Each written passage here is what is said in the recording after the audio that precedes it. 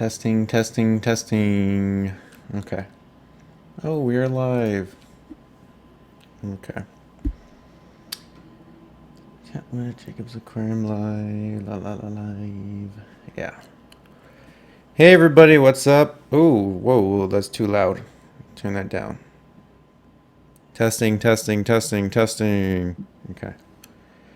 Hey, everybody, what's up? I'm Jacob Castro, and welcome to, wait, that is still too loud. Oh my gosh. I'm gonna blow your eardrums out, huh? Can anyone see anything? Uh-oh. Okay, well, let me... I forgot my phone! No! Where's my phone? I swear I had my phone on me. Okay, I gotta go get my phone. 1 second.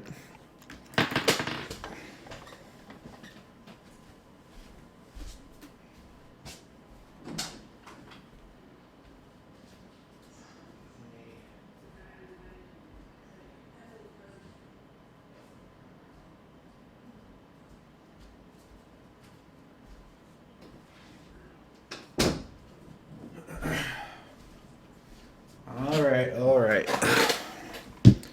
Got my phone. Got my phone. We are back. Okay, let me check this really quick.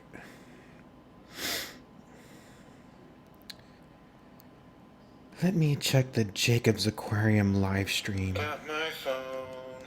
We are back. Yep, okay. Sounds good.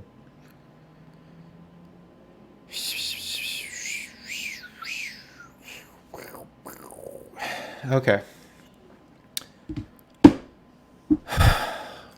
Hey, everybody. Welcome to another live show here on Jacob's Aquarium.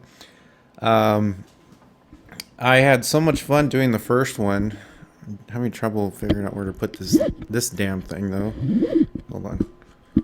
Should I put it right here, like right in front? Like, hi, I'm Jacob Castro. No, I should put it somewhere like this. It should be like the David Letterman microphone, right? Just the one that sits there like that on the desk. How about like that? Like directly... That looks weird, though. It looks like... I don't know. Looks funny. On camera, at least. I don't know. Man, I need to get a different microphone. I need to get an Electro Voice RE20 or a Heil PR40, something like that. Some type of radio broadcast microphone. This one looks a little silly. This is a Rode NTG2 shotgun microphone. People normally use this to record sound at pretty far distances, so not really meant for radio stuff or live show stuff, but whatever. It sounds good, right? Sounds okay. So it just looks a little funny. Anyways, so yeah, welcome everybody to another live show here on Jacob's Aquarium. I wasn't sure when I could do another live show, but just like the last one I did, I had some free time, so figured I would do another one today. I had free time last time. Now I have free time today. So yay, let's do it again. Okay, the chat. Oops, sorry, I have been neglecting the chat. How are you today, Jacob? I'm really good. I am just extremely exhausted. Today was my shipping day, and I had to package and ship 34 orders altogether.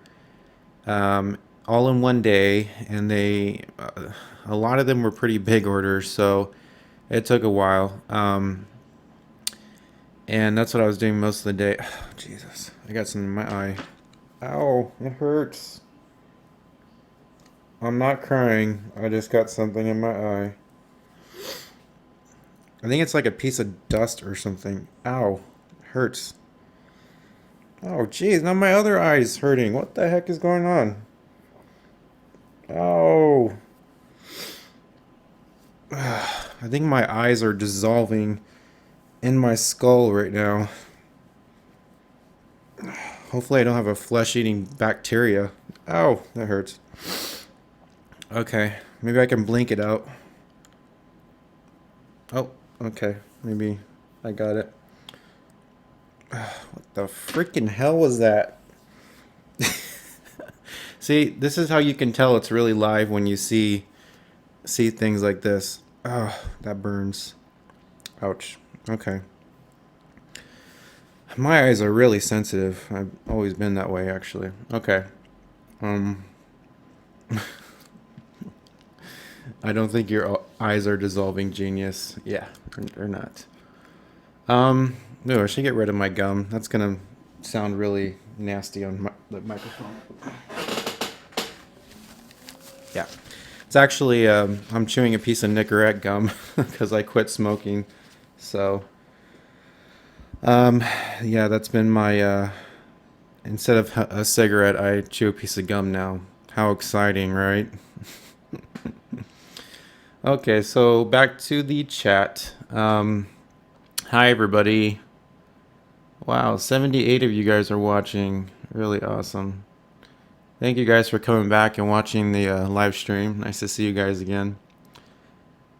So, congratulations on not smoking. Yeah, it's been great. I feel really good. Um, I was when I was a smoker, I was starting to feel really crappy. Chest was hurting, so it's not good. Don't smoke, guys. So, but yeah, now it's funny because I quit smoking and now I'm chewing the Nicorette gum. So it's like, am I gonna get addicted to the Nicorette gum now? So I really have to try to follow the Nicorette gum program, or else I'll just get addicted to that. It's basically trading one addiction for another, pretty much. Okay, questions. When will the Apongitons be back in stock? Okay, in regards to the Apongiton or Panogiton plants, I actually have, I do have Madagascar lace plants in stock right now.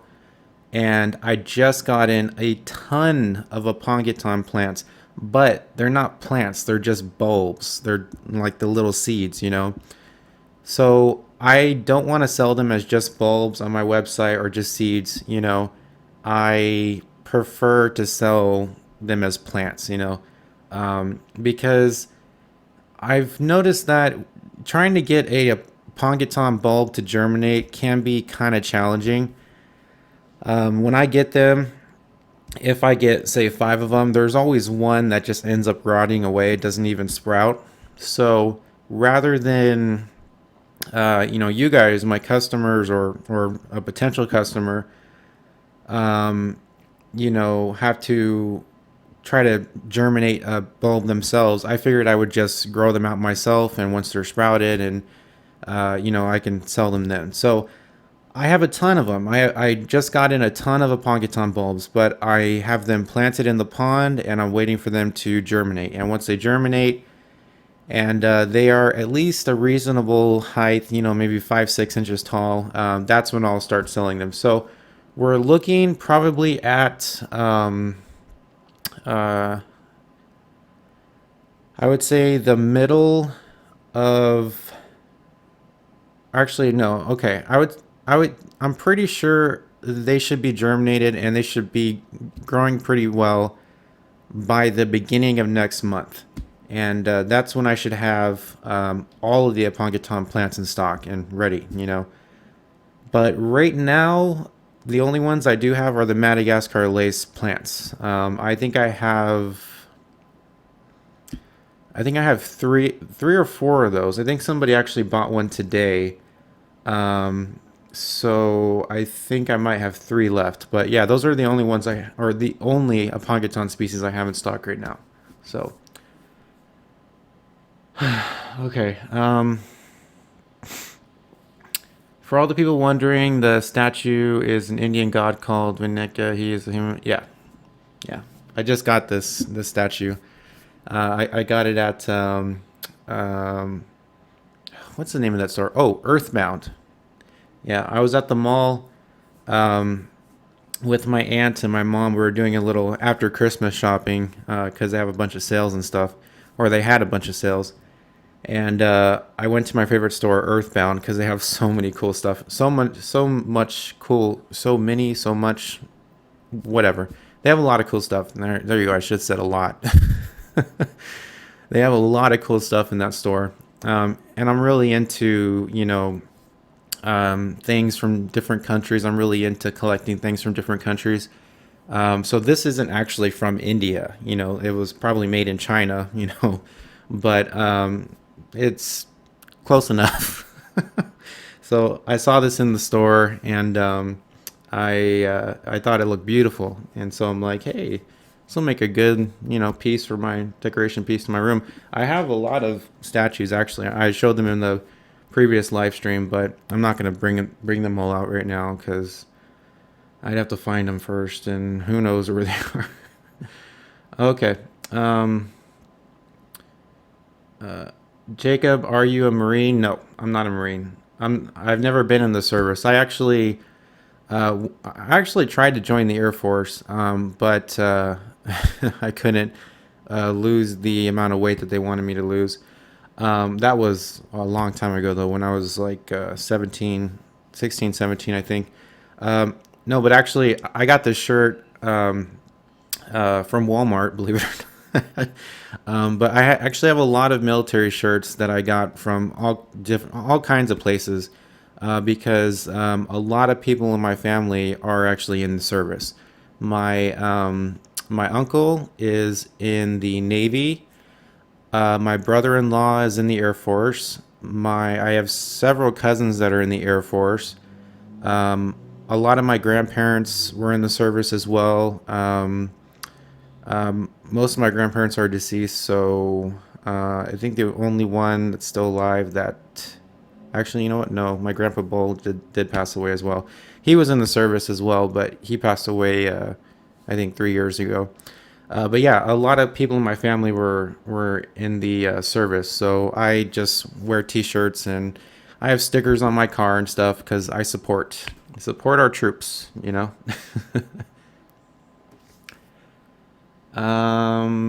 see. I tried to join the Navy when I was 18 and said I was too big to lose the weight and come back. Yeah. When I tried to join the Air Force, they actually wanted me to weigh, I think they wanted me to weigh 160 pounds, I think. And I'm 6'2", so if I weighed 160 pounds, I would be like a stick, I'd be really thin. So as you can imagine, it was really hard to lose the weight, and I did lose a lot of weight actually when I tried to, get down to 160, but I just could not do it, and so I never followed up with the recruiter. I never got back to him or anything. I just said, okay, I can't do it. I give up. So, but that's why that's why you really got to support our troops, guys, and really admire people in our service because it takes a lot of dedication and a lot of work to do what they do. Just joining is it's not the easiest thing to do, especially going through basic training. Oh boy, that's probably the one of the hardest things involved in just getting into the service. So. Jacob, what are some easy foreground plants? Easy foreground plants. Let's see. Well, pearlweed for one is a really great foreground plant, and it's really easy to grow. It's I've grown pearlweed in many different planted tanks that I've owned, and some of them have been low light, some of them have been high light tanks. Some have had nutrient-rich substrate, some have not had nutrient-rich substrate, and the plant has just thrived in all my tanks.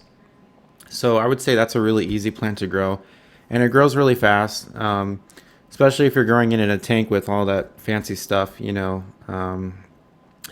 nutrients, and everything. It'll take off like crazy, and it'll probably get to a point where you're actually just sick of it because it's growing too fast and you're having to trim it all the time.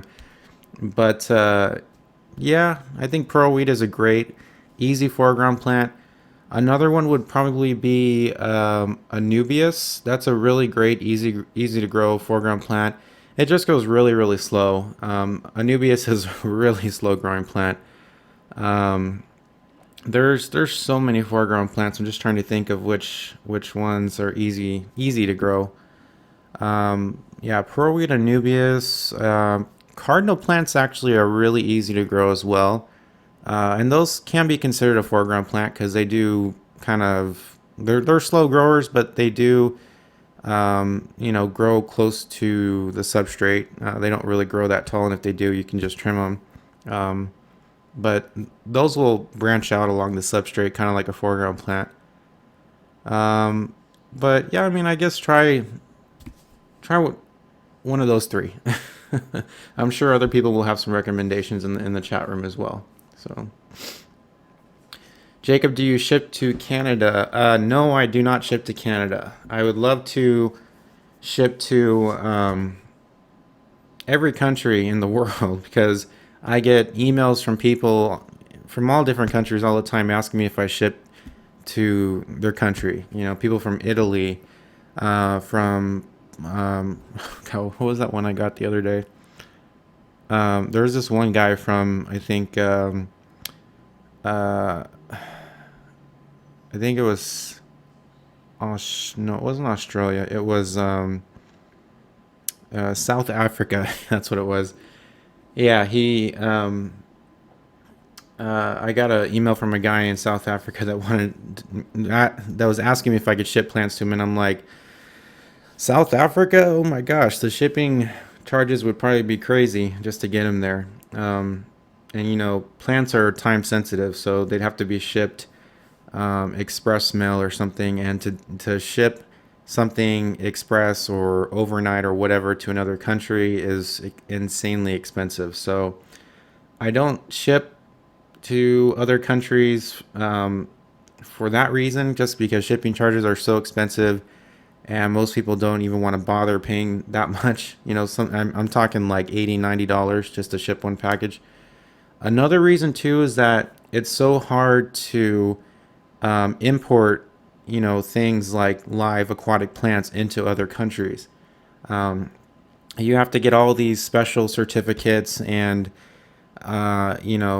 still there's no guarantee that the plants will be accepted, into the country, because most countries are really strict with importing things because they don't want uh, diseases and pests to be spread, in the country from goods that are being imported.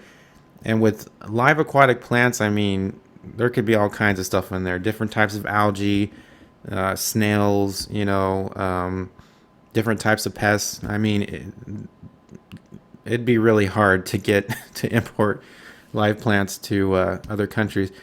I really wish I could, but it's just a combination of it being way too expensive to ship to other countries and the import and export restrictions. It would just be a mess. It would be way too difficult. So unfortunately, I don't ship to Canada. I don't ship to any other countries. I just ship within the United States.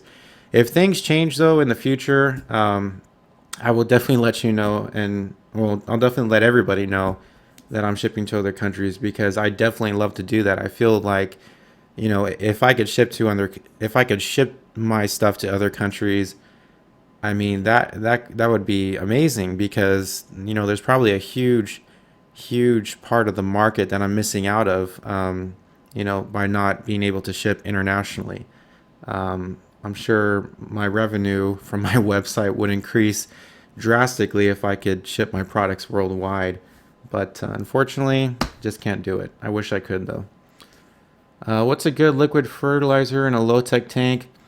Um, I recommend that you use the fertilizers from greenleafaquariums.com. They sell a bunch of different fertilizers on their website. I mean, it's nice because they sell their fertilizers as just powder mix stuff in a plastic bag. So you basically have to make the fertilizer yourself.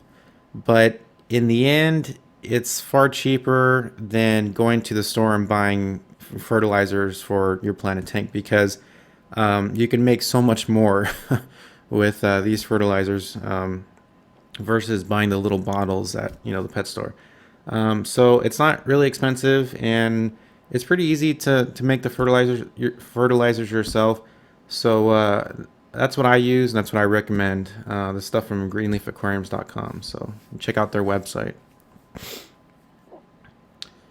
Do I ever plan on creating my own aquatic fertilizer? Not really, because I have no idea about any of that stuff.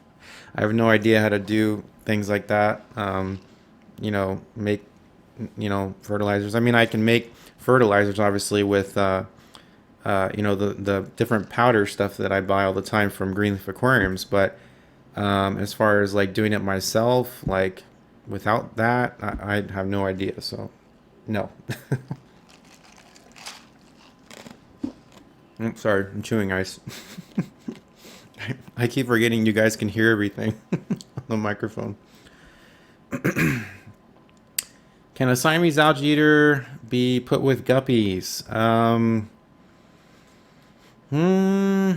would say probably not. The Siamese algae eaters can get rather aggressive as they get older. They might end up, attacking the guppies, I would say. So I wouldn't keep Siamese algae eaters with guppies. Probably not a good idea. Are Tropica fertilizers good? Actually, I've never tried Tropica's fertilizers before, but I want to try them, and I probably will because I actually have an account with Tropica because I sell their tissue culture plants on my website. So I could easily get a bunch of different Tropica products, including their fertilizers and their substrates and stuff. So I'll probably try them out eventually, but I just really like to stick with, or for now, I like to stick with the stuff from Greenleaf Aquariums because it's so cheap, and it goes a long way. The Tropica fertilizers, just like the other brands here in the United States, like Seachem and stuff, they sell them in these little bottles, and I mean, I have a 600-gallon pond, so you could just imagine how quickly I would go through those little bottles, dosing those fertilizers in my pond. So it's just much easier and much cheaper for me to make my own fertilizer with the stuff from Greenleaf Aquariums. So,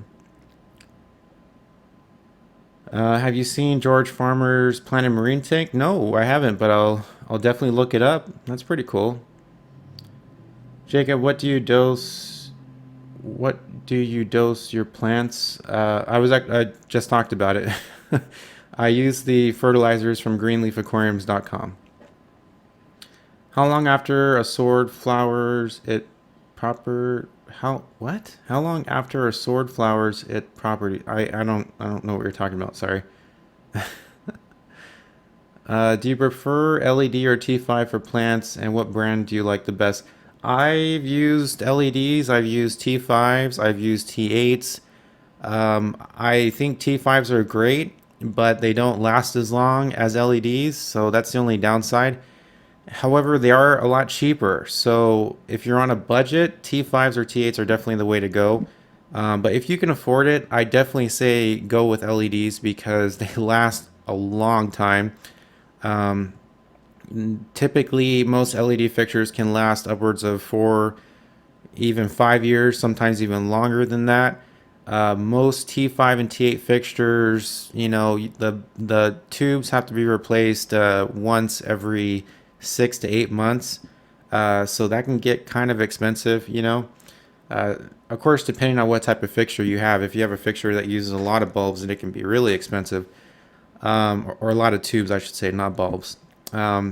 But I typically try to stick with LEDs now. And the only reason why I'm saying now is because I can afford them. Before I could not afford them. So I would strictly just use T5s. But I really like LEDs, and the brand that I like the most are the Castro LEDs. I've talked about them in so many videos on my channel.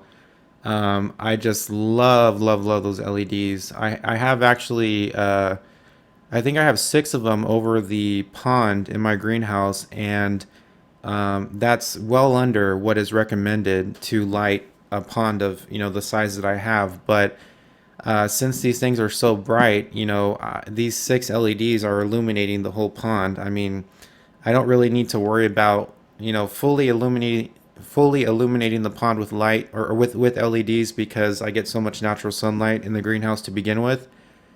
But the Kessil LEDs just add even more light, and and like I said, 6 of them, which is well under what is is required to properly light a pond of that size. 6 still light, or still illuminates the pond really, really great. So they're really high output, really bright, and they're adjustable. You can tune the color, the intensity.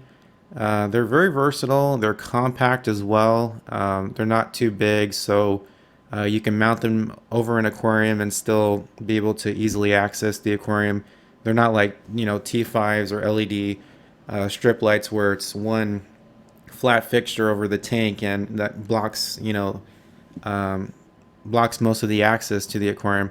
So they're great. I mean, I love them, and I've used those ever since I found out about Kessel. So I actually have I have the Kessel A150, and I believe that's the first Planet Tank LED fixture that they made. I still have it actually. I think it's actually, you know what? It's right here. Let me get it so I can show you. It's right next to my desk.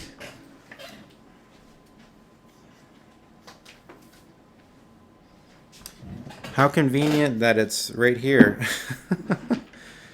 We're talking about it, and it's right here next to my desk.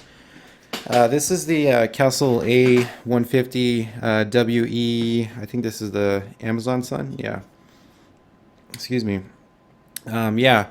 This is the Kessel A150 WE Amazon Sun. Wait, yeah. Is it WE? Yeah, WE. This was one of Kessel's, or actually, I think this is the first LED in the Amazon Sun line of LEDs. Well, okay, basically the first LED in the Planet Tank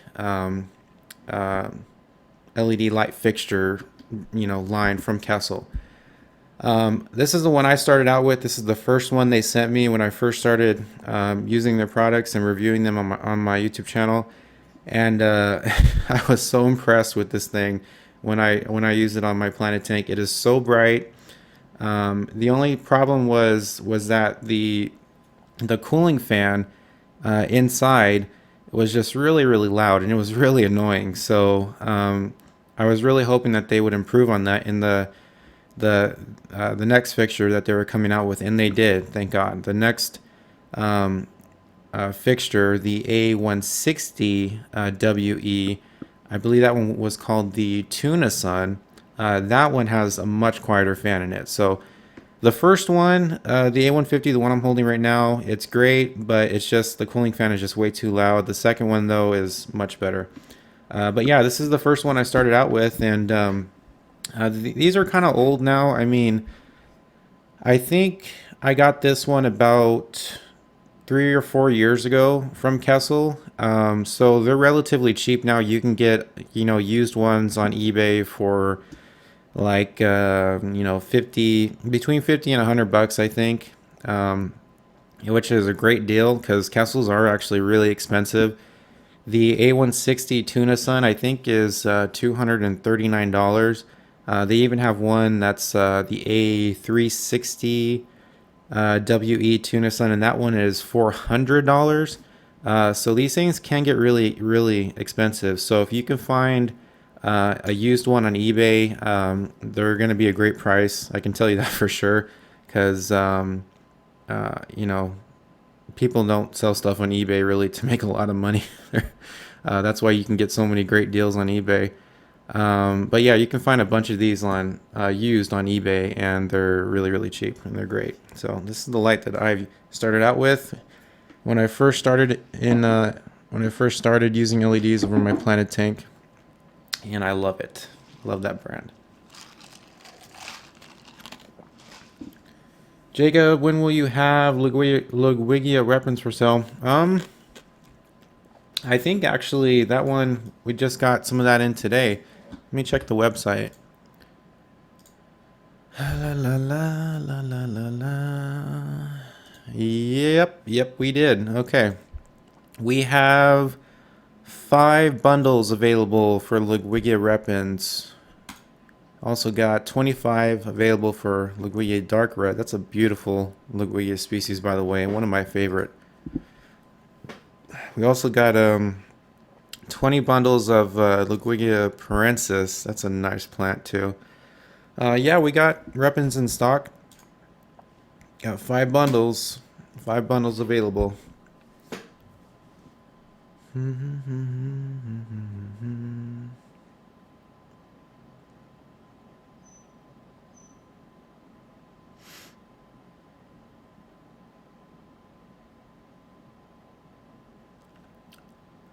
I think I have old T5 lights. I think that's why I don't see very good growth.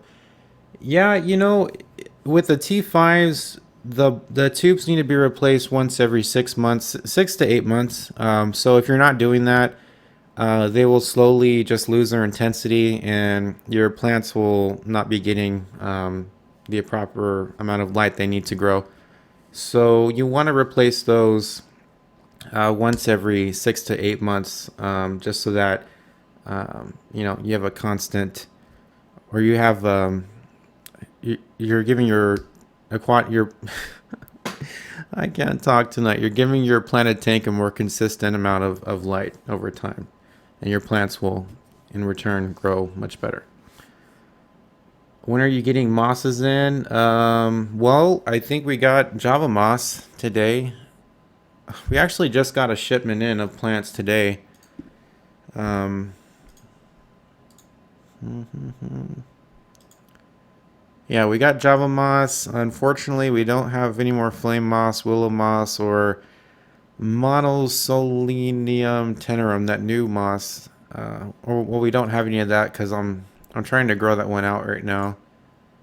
Because I could not find a distributor for that, so I have to grow that one myself. But yeah, we have Java moss. Java moss is in stock. Good old Java moss. Jacob, will you review the new Phoenix fixtures? Yeah, if they want to send me one. You see, the thing with product reviews, guys, is I really don't like having to buy the products myself, because if I really like the products and I review them on my channel, a lot of people are going to watch the video and they're going to eventually, some of them might even buy the product. So I'm giving all this free business to, these companies that make these products and getting nothing in return. So that's why usually they will send me the product, and then I'll review it, but I get to keep the product at the end. So if they don't send me anything, I typically don't do product reviews, because it can be too costly, and it's basically free advertising for these companies. Yeah. I mean, if the product is really cheap, if it's like $20, then whatever. But for for the Phoenix fixtures, I know some of them can be pretty pricey. So yeah, that'd be a sizable investment just to do a video. Is the reef close to Disneyland? I think it is. I think it's about 6 or 7 miles from Disneyland.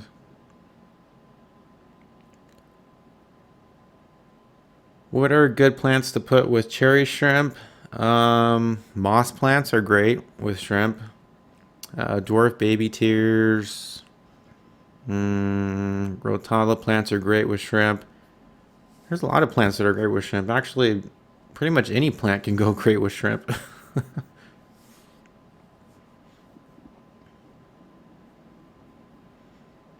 Java moss has best growth in my tank than other plants. Yeah, Java moss is pretty easy to grow, I would say. I do declare.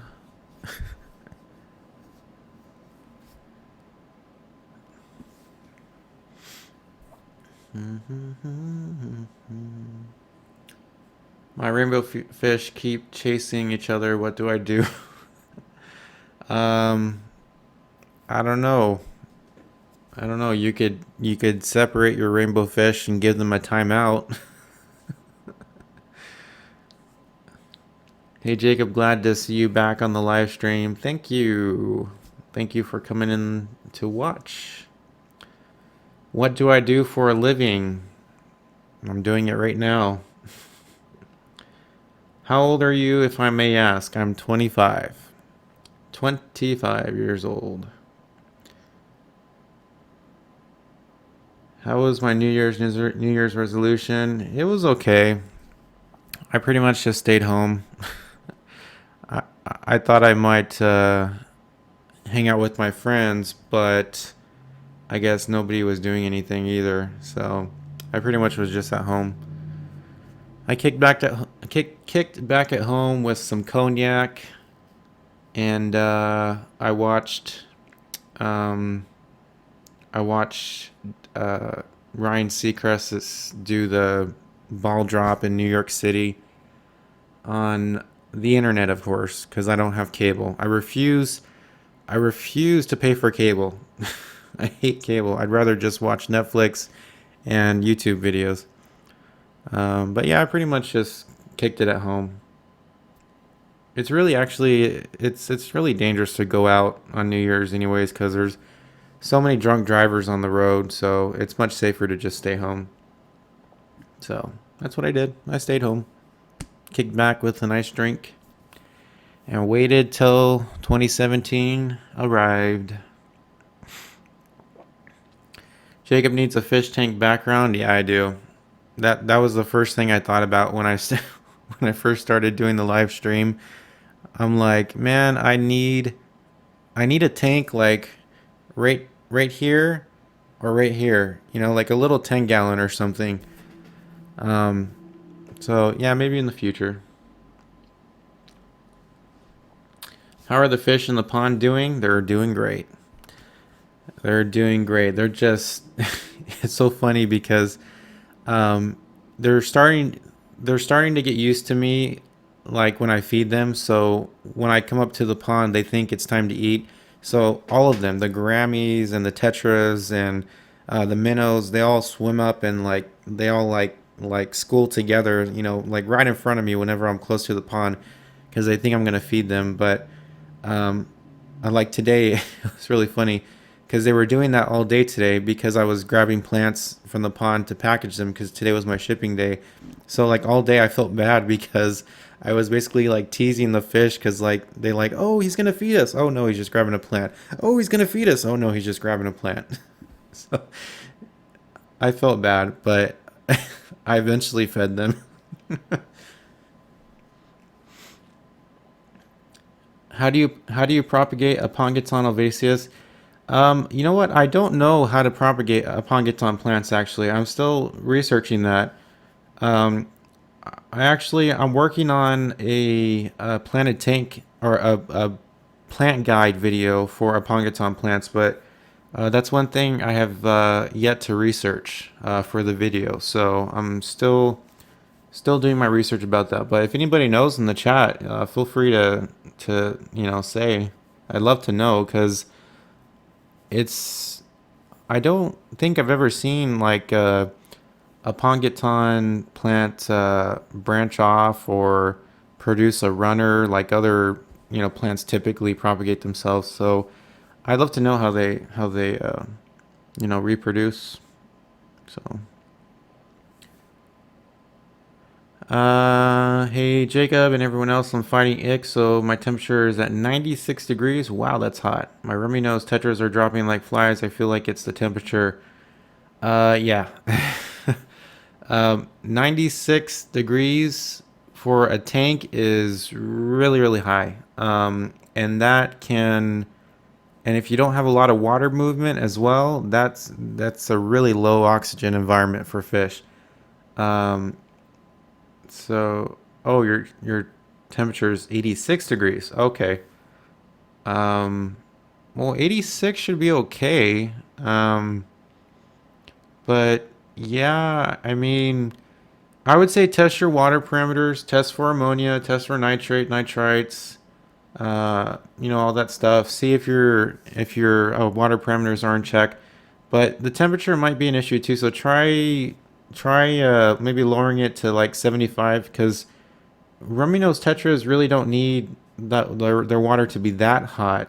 75 should be fine. 86 is okay, but it's a little high.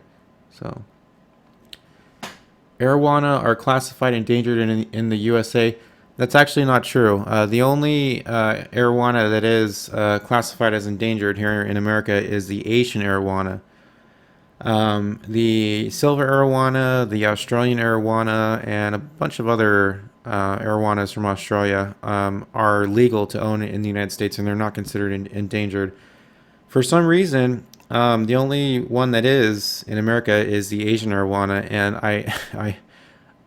I've had a hard time understanding why they continue to classify this fish as endangered, because it's just comical why they say it's endangered when there are hundreds and hundreds of fish farms in Indonesia, Vietnam, all across Asia breeding these fish like crazy. Their captive numbers are upwards in the thousands, probably even hundreds of thousands. So I don't understand why they consider this fish endangered. If they really opened that up, they allowed fish keepers in the United States to own the Asian arowana, I really think it would actually help increase their numbers even further, because there would be a lot of hobbyists breeding them for profit, of course, because Asian arowana is one of the most expensive um, aquarium fish that you could ever own. There's some red Asian arowanas that I've seen for sale in other countries for like $15,000 to $20,000, and people buy them, believe it or not. Just like koi fish. There's a lot of specially bred koi fish that sell for hundreds of thousands of dollars, if not more than that. So it's kind of silly why they still classify the Asian arowana as endangered in the United States. I'm hoping one day that they will lift the ban and not classify it as endangered, because I'd really love to own one. The Asian arowana is actually my favorite fish, um, but yeah, I can't own it. And it's funny because people in Canada can own it though. So it's like people in Canada can own the Asian arowana, but people in America can't. So, and a bunch of other countries actually too, like France, Germany, um, all across Europe, people own the Asian arowana, but we can't in America. It's really silly, guys. So, um, Asian arowanas are endangered in the wild. Unfortunately, they do not count the ones in the aquarium hobby.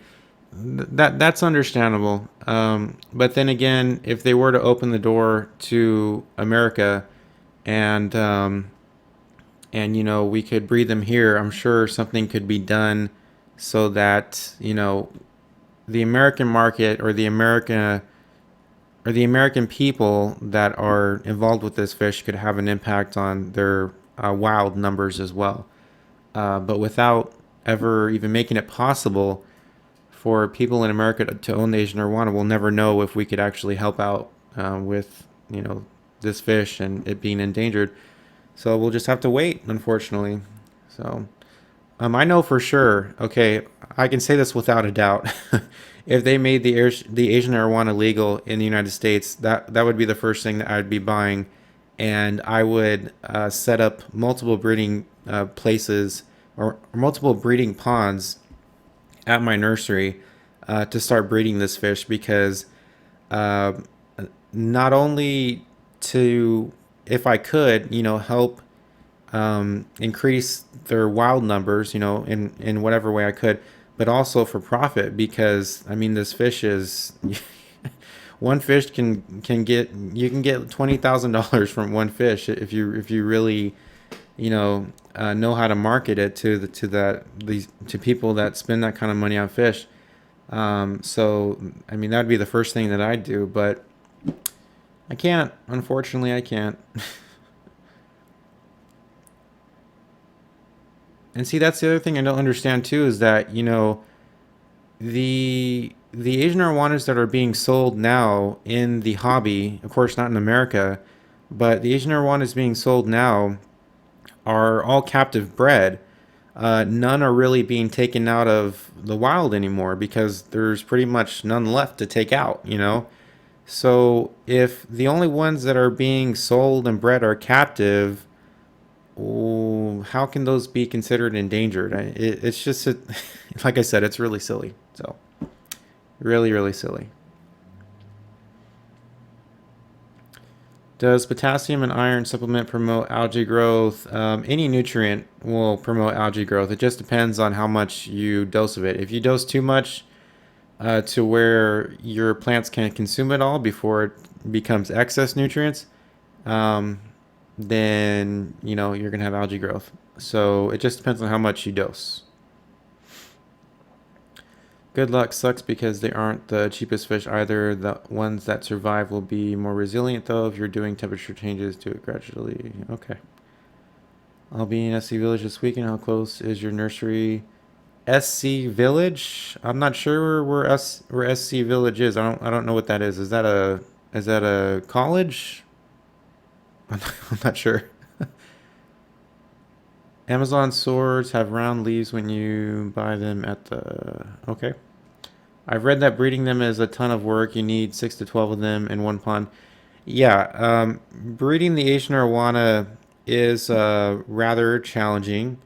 It does take a lot of time for a male to reach maturity. I believe the male has to be around 12 years old. Um, and the female, I believe, has to be around 9 or 10 years old for maturity, I'm pretty sure.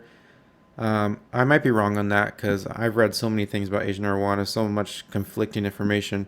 But yeah, it is a lot of work to breed them, but they've been breeding this fish for years.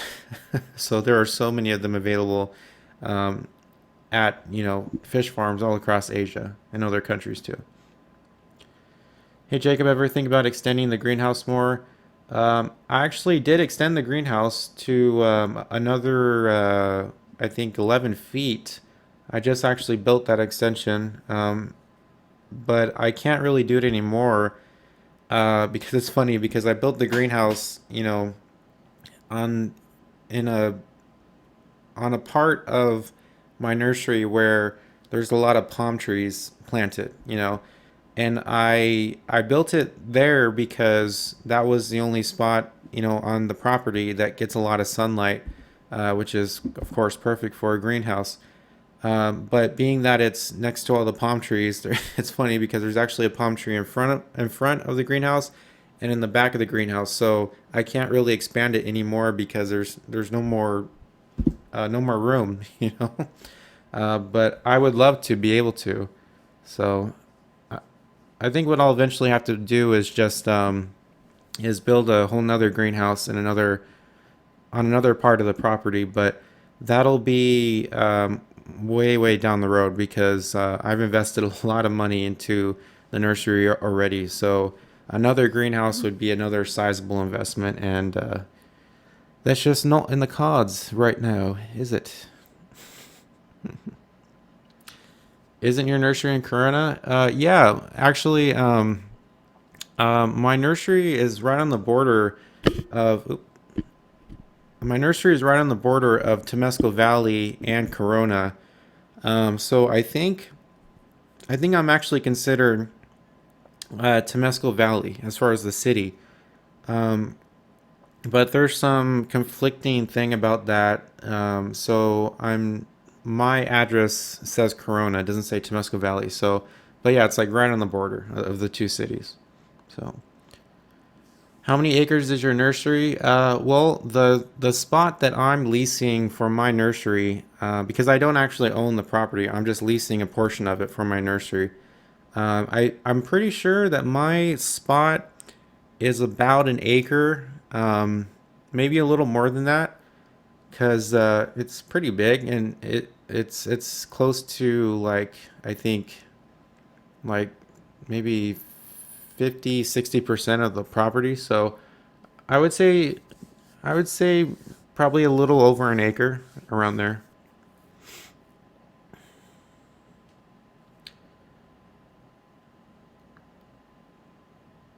Jacob, have you ever had aggressive goldfish? Mine are pretty mean. Yeah. Um, I've had some Mirandas actually that are pretty mean to each other. So they, the ones that I had tended, or they tended to pick on each other a lot. Um, so I think it's just because they weren't in a really large group, you know? So if you keep them in a larger group, maybe you'll have better luck with them not picking on each other. Which is actually really hard to do, especially in a small tank, because goldfish are they produce so much waste. So, and not really, it's not the best fish to have in a small environment, you know. What's one plant on your wish list that you wish you could own? The number one plant actually that I've had the hardest time trying to get, um, and the hardest time trying to even find somebody that sells it, or that sells it and has it in stock. I'm not sure if I'm pronouncing it correctly, but the plant is called Areocaloon. Areocaloon, yeah. Um, there's actually several different varieties of this plant, but the general name is Areocaloon. But there's one plant, I believe the full name is called Areocaloon Japan Shiga, and it's a very, very rare plant. It's a very slow growing plant, and it's a very expensive plant, but that's one that I really, really want. I just cannot find somebody that sells it, and the only sellers that I do know that do sell it, they never have it in stock because it seems like whenever they do have it in stock, there's like somebody waiting to snatch it up. So, but that's one of my plants, or one of the plants on my wish list that I'm trying to find, and I hope that I can get it someday because it's such a beautiful plant. Definitely one of my favorites.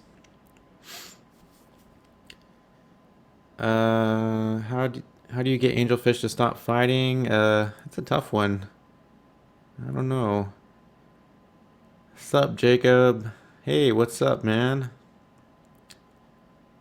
Hey, Jacob, what are your top goldfish breeds? My number one favorite goldfish would have to be the Calico Ranchu.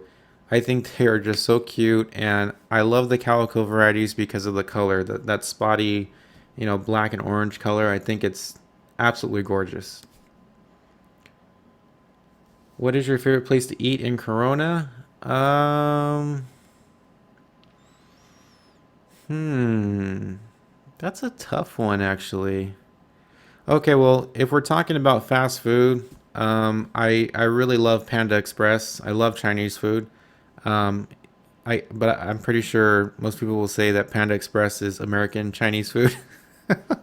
Um, but I love Panda Express. If we're talking fast food, if we're talking like a nice sit down restaurant, I really like uh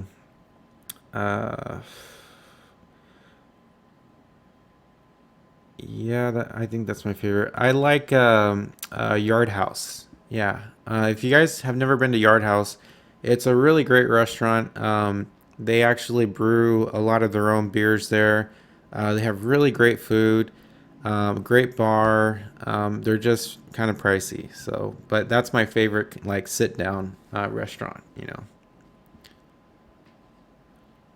Do you recommend any fast growing plants that grow tall? Do I recommend any fast growing plant? I think you're asking if what plants grow fast. Yeah. Some fast growing plants would be Loguia repens grows really fast. Hygrophila wisteria grows really fast. Pearlweed grows really fast. Then again, it just depends on what you're using in your tank. If you're not using CO2, if you don't have nutrient-rich substrate, if you don't have high light, you will get pretty commonly you'll get slower growth with most plants under those conditions. But if you have CO2 and a bunch of other stuff that I talked about, you'll get really fast growth. So some plants will grow fast. in minimal conditions, like minimal nutrients, light, things like that, no CO2. The only plant that I really noticed that grows fast under minimal conditions would probably be Ludwigia repens, because I've grown that plant and just gravel and low light and no CO2, just a little bit of nutrients, liquid nutrients dosed on a daily basis, and that plant exploded with growth, and it grew really, really fast. That's really the only one that I know about that grows really fast under minimal conditions. Um, but the other plants that I mentioned, they'll grow fast, but they'll grow even faster if you grow them with CO2 and stuff. So, how do you get rid of brown algae? You can use an algicide if you don't have shrimp. If you do have shrimp, I stay away from the algicides. Um, you could use algae-eating fish like Siamese algae eaters, Amano shrimp. Um, uh, snails eat algae like crazy. Um, Try those things. It's really hard to talk about combating algae because there's so many different methods, and algae itself is really hard to get rid of. So, uh, sometimes actually, sometimes it can be easy to get rid of the algae. If you don't have shrimp, you can just dose an algicide, and the algae will just die off. So. Everything about getting Bucephaladra. I've seen a lot of those plants for sale on other websites. Um, and I've seen how pricey they can be actually too. Um, oh yeah, Autosynclus is another good algae eating fish. I just can't really find a supplier for that plant, so I really can't sell it. I If I wanted to sell it, I'd have to buy a portion for myself from another retailer and try to grow it out myself. But I already have so many plants that I'm doing that with in the pond, so there's really no room to grow, um, you know, grow out plants like that. So, do I ship plants to the Caribbean? No, I only ship plants within the continental United States. EcoComplete or Floramax? I would go with EcoComplete. I've used that substrate before and I really liked it. It's just really hard to put plants down in that substrate because it's made mostly out of black lava rocks, so it gets really compact. And when you try to plant a plant in the substrate, you can break off a lot of the root system or damage the bottom of the roots or damage the bottom of the plant. That's the only thing I don't like about that substrate. But EcoComplete is a really great substrate. Lots of good nutrients in it, so I'd recommend that one.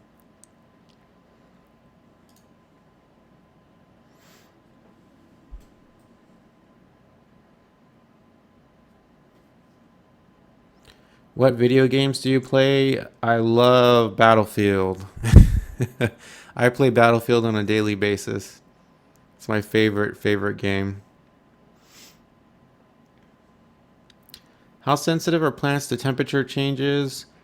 Quite sensitive actually. If your tank gets above 85 degrees, plants will definitely start to melt away. If your tank is really cold, around 55, 60 degrees, you'll get generally slower growth with your plants. It's really best to keep a planted tank at around 70 to 75 degrees. Pretty much just like most tropical fish actually like. Um, because that's when plants really grow best. When it's too hot or when it's too cold, they really don't do too well. When it's too hot, they'll just melt away completely. When it's too cold, like I said, they grow a lot slower. They don't typically melt away. They just kind of go dormant almost. They grow really really slow. So you want to keep your temperatures around 70 to 75 degrees. That's when plants really grow best. And of course, you got to make sure all your other parameters are in check. So, is the end of your microphone a filter intake? No, this is actually this is here, I'll take it out so I can show you. This is actually a shotgun microphone that they use to or that you can use to film or to record audio from a distance. So, but no, it does look like a filter intake too, huh? Ouch, that hurt. I just got pinched. Oh. Yeah, no. This is the Rode NTG2 shotgun microphone. I love this thing. It's very awkward for these types of uses for a live show.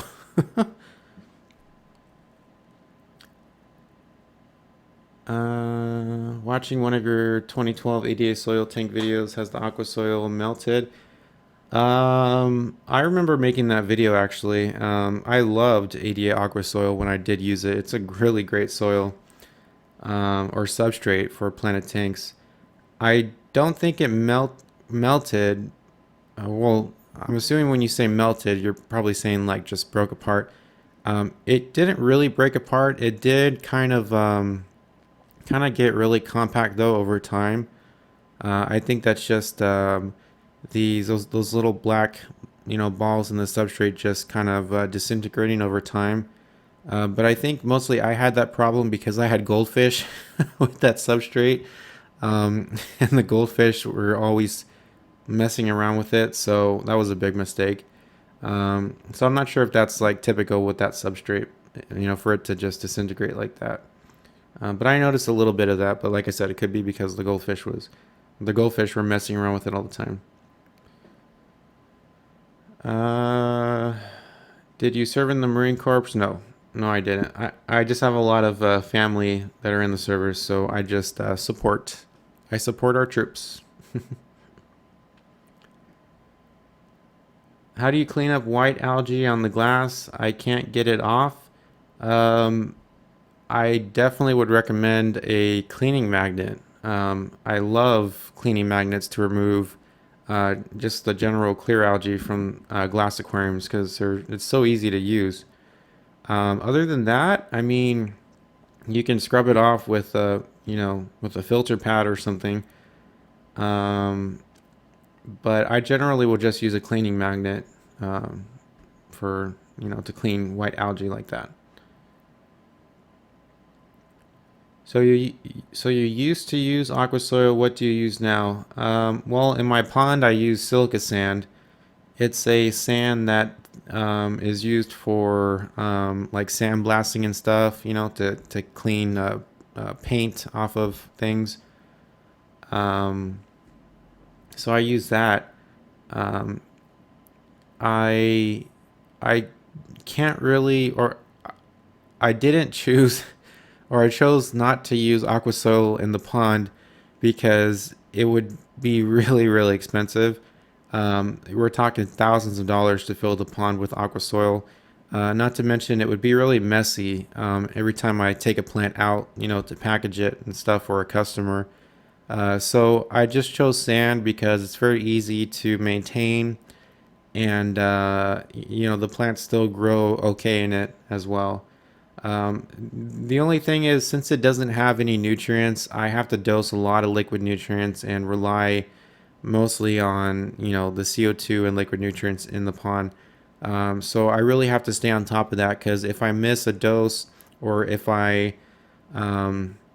not providing enough nutrients to the plants will definitely start to show signs of nutrient deficiencies because they really can't get any nutrients out of the sand. So they would definitely die in the pond if I wasn't dosing liquid nutrients. So it's very important that I stay on top of that.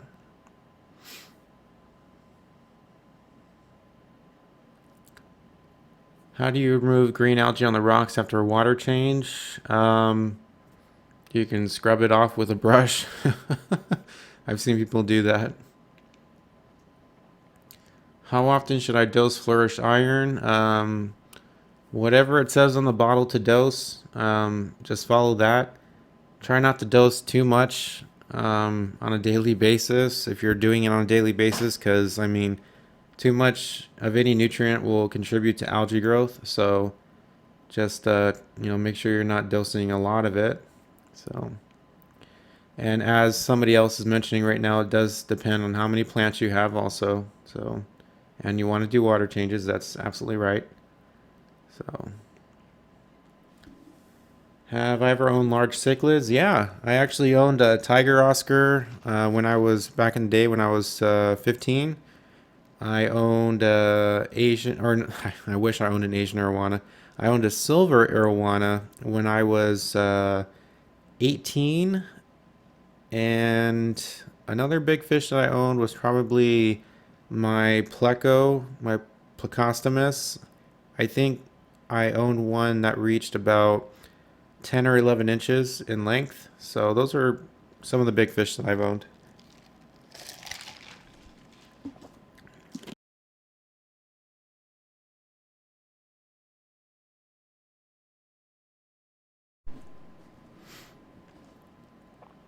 How do I know how much CO2 to use in my planet aquarium? Uh, just depends on the size of the tank, how many plants you have, things like that. I can't really recommend anything unless I know uh, those things about your tank.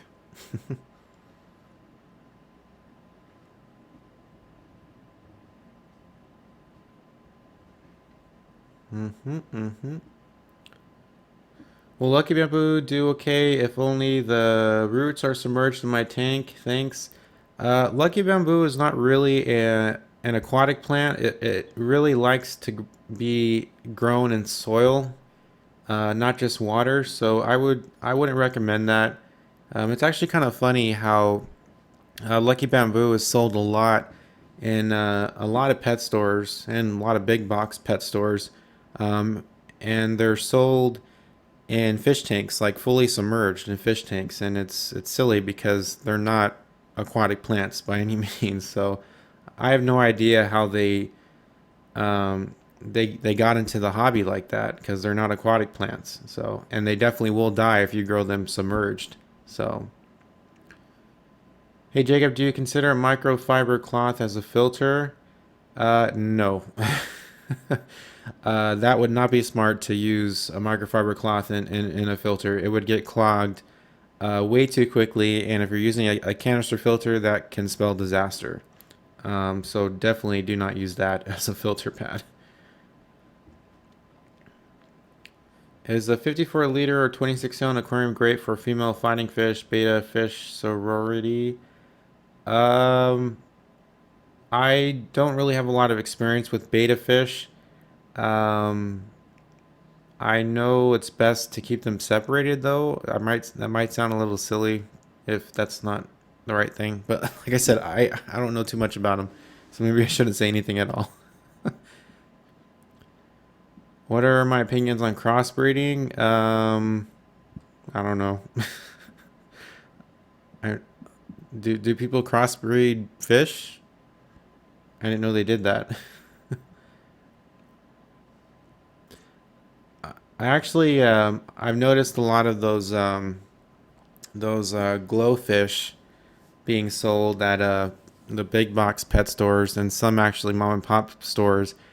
And I think it's just the most ridiculous thing ever that somebody decided to. Um, I don't know how they actually got the fish to glow like that, or I don't know if it's a chemical that's in their body or a genetic thing that they mutated for the fish. I'm not really sure entirely, but it doesn't really matter. That what I'm trying to say is, I think that that whoever came up with that idea is the most ridiculous idea ever because these fish are pretty much like novelties. They don't look like a regular fish. They're definitely not normal aquarium fish. And pretty much the only people that buy fish like that are not serious, hardcore, fish keepers. They're people that are just looking for something ornamental. And usually the people that are looking for something ornamental like that, something that just looks pretty for their tank, they're really not going to be the kind of people that take care of their fish like they're supposed to, which just means the fish are going to suffer. So, in regards to crossbreeding, I don't know, but I've seen those those either genetically modified or artificially modified glowfish, and I think they're the most ridiculous thing ever. And I don't know why they just whoever did that decided to or thought that was a good idea. Female betas can be kept in a 10-gallon and up in. Oh, okay. I guess so.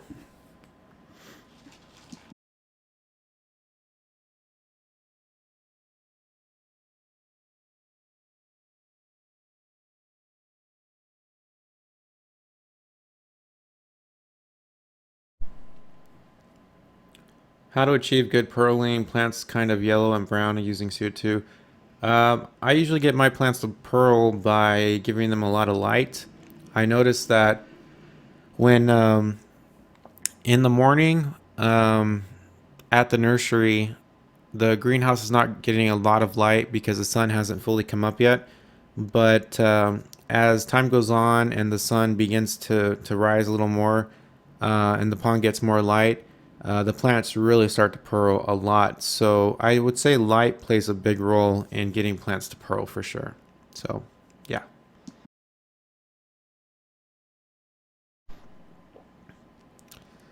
Hey Jacob, love your videos. Any advice for opening a business that sells plants and breeds fish? uh, how do you achieve perfectly green plants, dark colored? Nutrients. Nutrients are very important for coloration in plants. I have a 6500K 2.6 watts per gallon. What live plants can be with goldfish? Goldfish should do well with plants like Anubias, sword plants, really big broadleaf plants. Nothing really too delicate. So Java fern would be a great one for to be with goldfish. I think those plants, yeah, those plants should be good. What's a good cichlid for a planted tank? I know the German blue rams are good for planted tanks. I've had several of those in several planted tanks that I've had, and they don't bother the plants at all. So I would say the German blue rams or the ram cichlids in general are good ones for planted tanks. Which is it's very rare to find a cichlid period that does okay in a planted tank because most of them will just tear apart a planted tank. So, but as far as I know, the rams are really the only um, cichlids that do okay in a planted tank.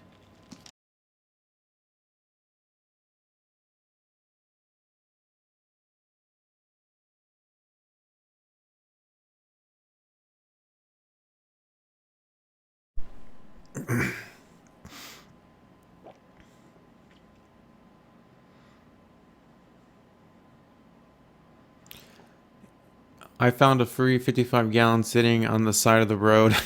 You did? That's awesome.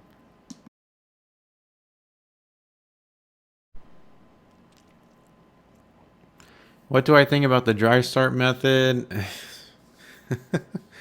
I really don't like any other method besides filling a tank with substrate and all the hardscape that you want and, misting the soil or substrate, planting the plants and filling it with water. I don't like any other method besides that. There's so many people out there that say, oh, do the dry start method, do this method, do that method, because they think for some reason you'll achieve better results. But guys, really, if you just if you just fill your tank with substrate, put hardscape in it, put your plants in, fill it with water, that's all you got to do. Don't overcomplicate it and use all these different methods. I mean, just do it.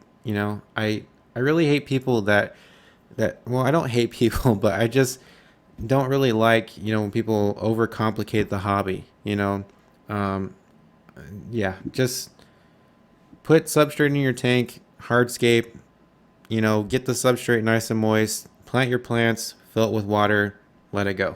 That's the method that I like. How many German blue rams can I keep in a 55 gallon?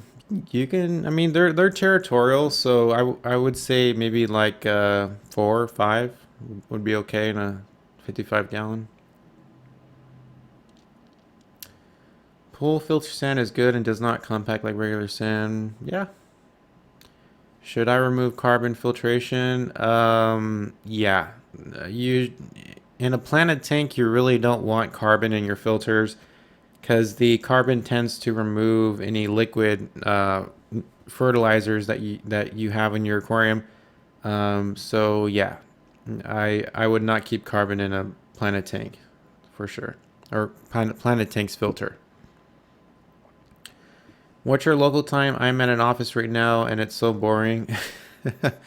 Oh, you're in Malaysia? Wow. Right now it's 8 o'clock at night over here in California. So I'm only going to be live for another 15 minutes, guys. So get your questions in, okay? We're going to end the live stream in about 15 minutes here. So if you have a question, post it now so I can help you out before we end the show today.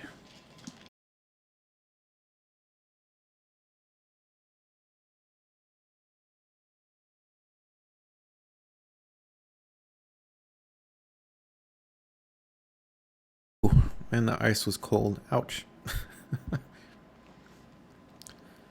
Is it normal for my tiger Oscar to attack my heater?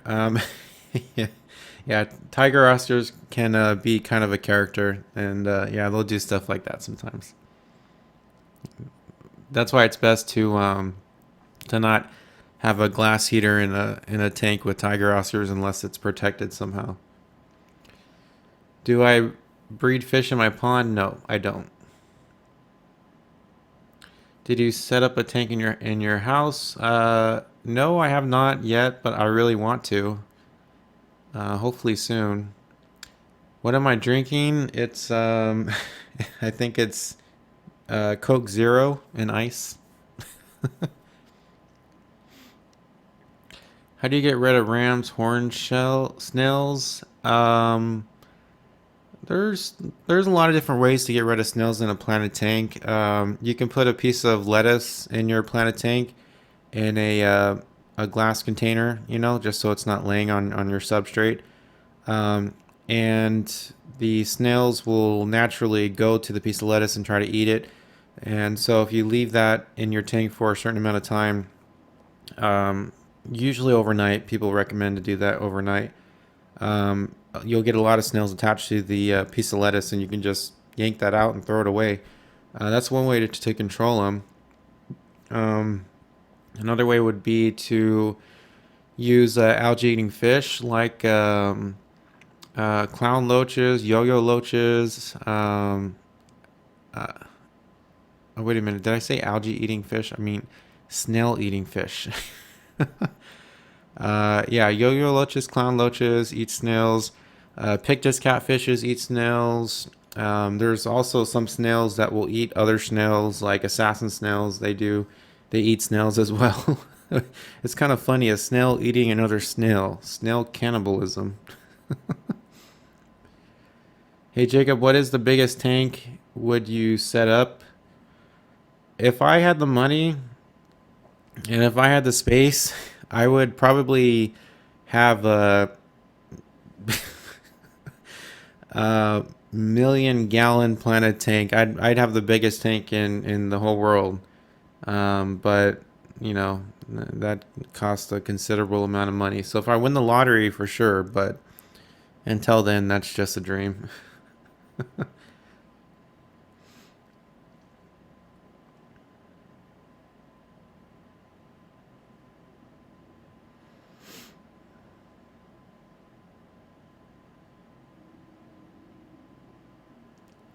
How do I stop algae from growing?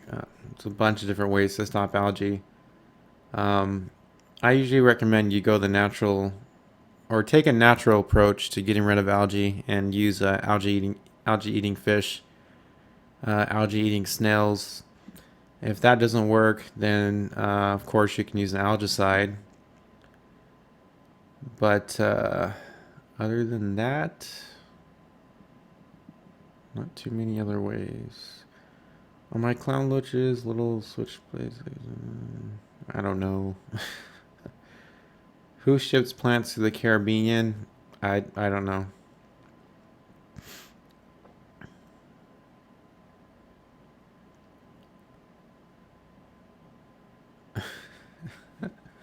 Can you do overlays on this live view like Twitch? Yeah, I think you're talking about lower thirds, like stuff at the bottom of the screen. I've done that before with my other live streams. I just started doing my live show again, so I haven't got any of those set up. But yeah, I mean, sure, why not? I can put one that says Jacob's Aquarium Live or something. Hey Jacob, does trimming the wen, is it good or bad for a goldfish? I mean, I only have seen people do that when that part of the goldfish is blocking the goldfish's vision.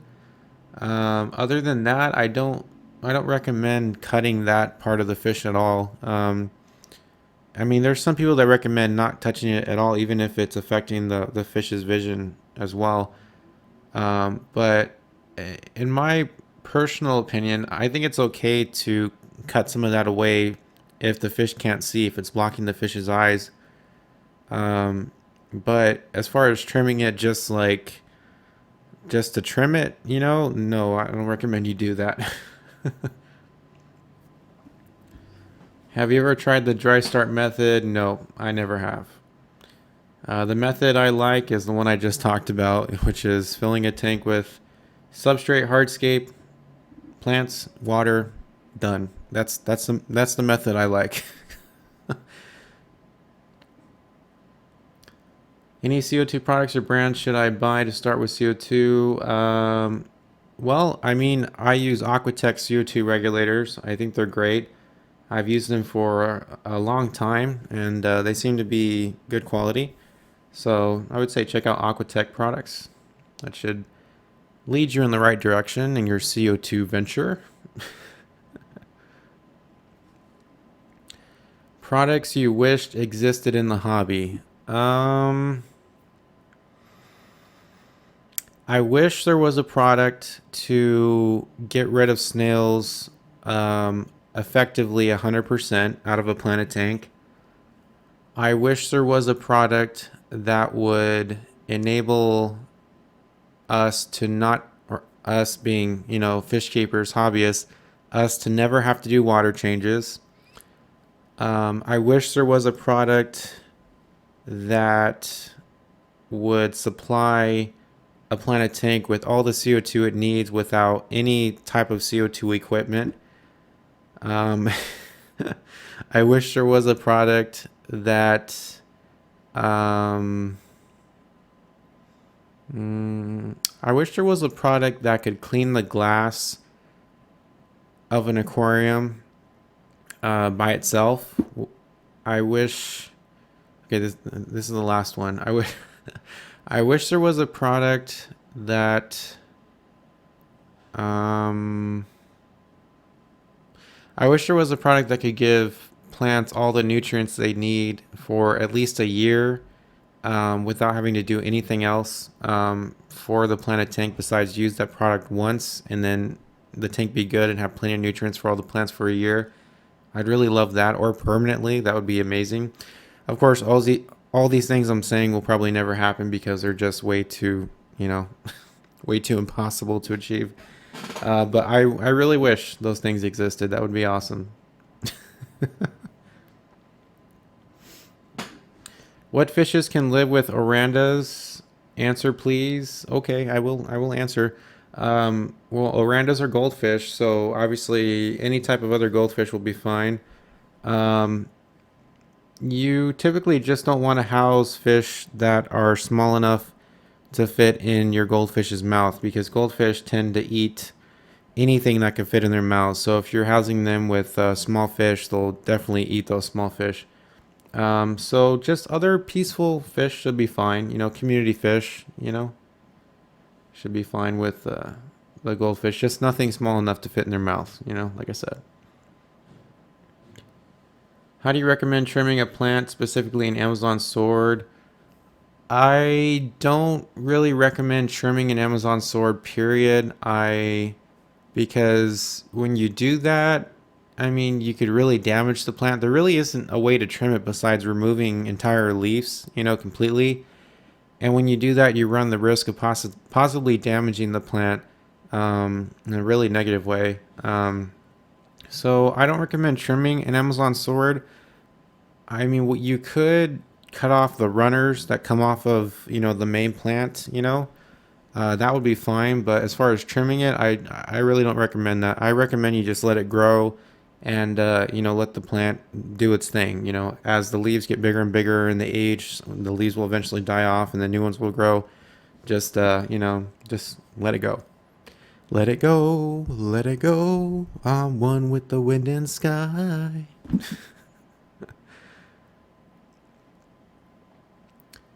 What about dead leaves? Can I trim those? Absolutely. Yeah, for sure.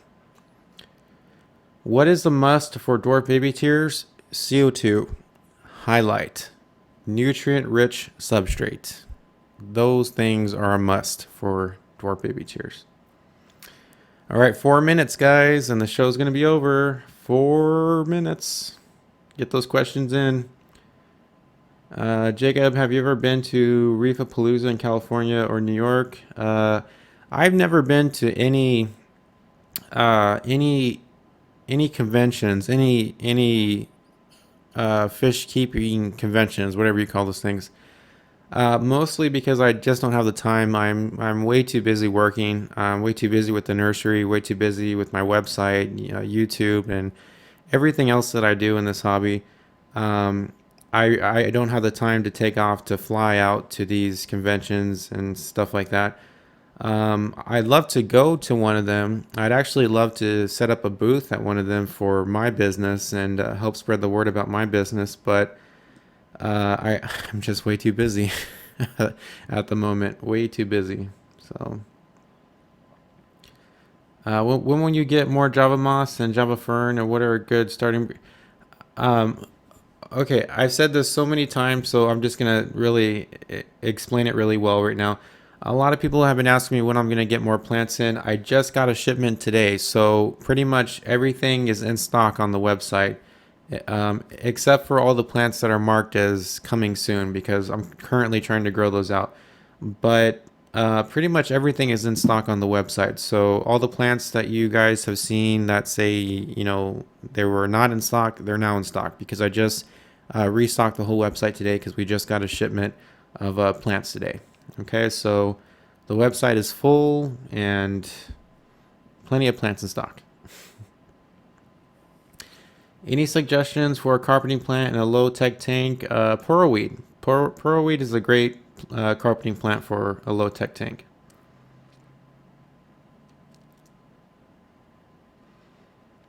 Well, where's a good place to order fish from online?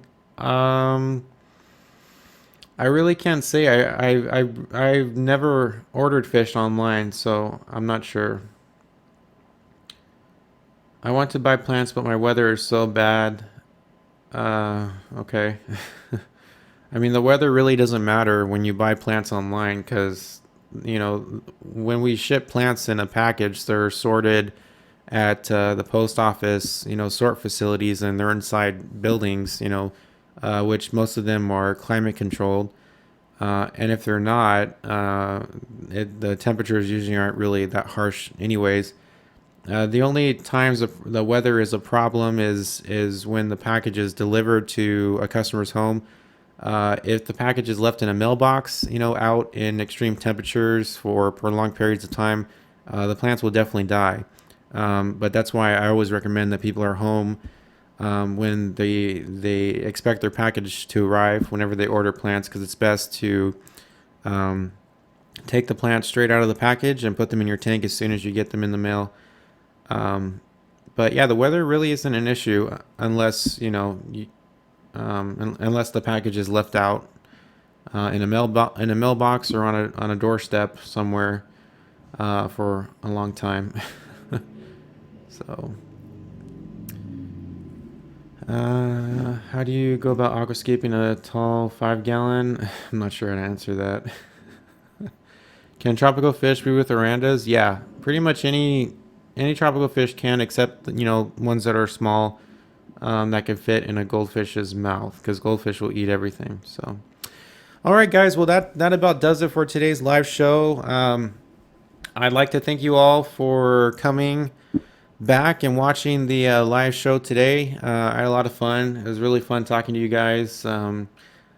I love doing these live shows because it's so much different than talking to you guys over the comment section on one of my videos. It's much different because it's live, and so yeah, it's a lot of fun, and I'll definitely be back with another live stream very soon. I'll try to do one tomorrow. I actually want to try to do one every day. It's just I never know when I have time because my schedule is crazy. I'm always doing different things, so I never know when I have free time. But I love you guys all very, very much. It really means a lot to me that you guys come back frequently to watch my videos, watch my live stream, like my videos, and for all my customers, thank you so much for supporting my business, my website, jacobsaquarium.com, my nursery as well. Basically my dream, this is what I wanted to do my entire life, to be a business owner and stuff. So I really appreciate all your support, guys, and all your love, and I send it all right back to you. I love you guys so much. So I will see you guys soon in another live stream and another video as well. I want to say really quickly before I go, something really exciting. I just bought the new GoPro Hero 5. I'm getting that on Friday, I believe, of this week. So I'm going to be filming some really cool underwater videos in my pond at my nursery. So definitely look forward to those videos, because that's going to be a really cool video. And since I have the GoPro, I'll be able to do a bunch of other cool stuff as well. So lots more stuff to come on Jacob's Aquarium. Okay, guys? I love you guys so much. I will see you guys next time. Take care, everybody, and have fun with your tanks.